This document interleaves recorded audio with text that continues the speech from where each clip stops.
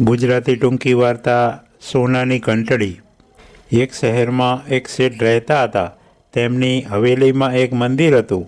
આ મંદિરમાં રોજ પૂજા આરતી થતા। આરતી વખતે સોનાની ઘંટડી વાગતી। એક વખત શેઠની હવેલીમાં ચોરી થઈ। ચોરો દર દાગીના, રોકડા અને ચાંદીના વાસણો સાથે પેલી સોનાની ઘંટડી પણ ઉઠાવી ગયા। ચોરો જંગલમાં થઈને જતા હતા ત્યારે એક વિકરાળ વાઘે આ ચોરોને ફાડી ગાધા। ચોરીનું પોટલું જંગલમાં જ પડી રહ્યું। થોડીવાર પછી વાંદરાનું ટોળું ઊપાઊપ કરતું પોટલા પાસે આવ્યું। તેમણે પોટલાને વેરવિખેર કર્યું તો એમાંથી સોનાની ઘંટડી નીકળી।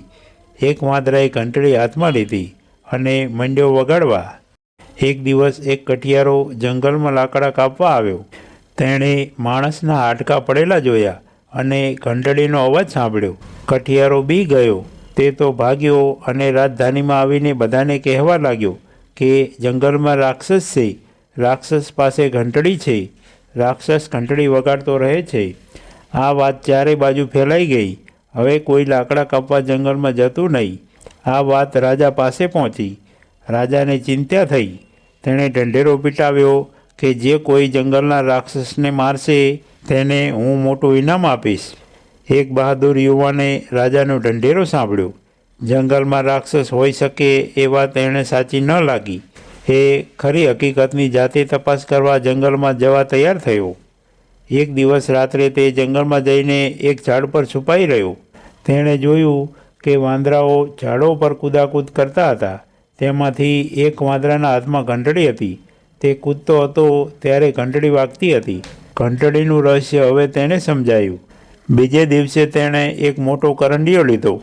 તેમાં જાત જાતના ફળો ભરીને તે જંગલમાં ગયો। જે ઝાડ ઉપર વાંદરા ઊપાઊપ કરતા હતા તે ઝાડ નીચે તેણે ફળો વેર્યા અને પોતે થોડે દૂર સંતાઈને બેઠો। વાંદરાને ફળ ખૂબ ભાવે।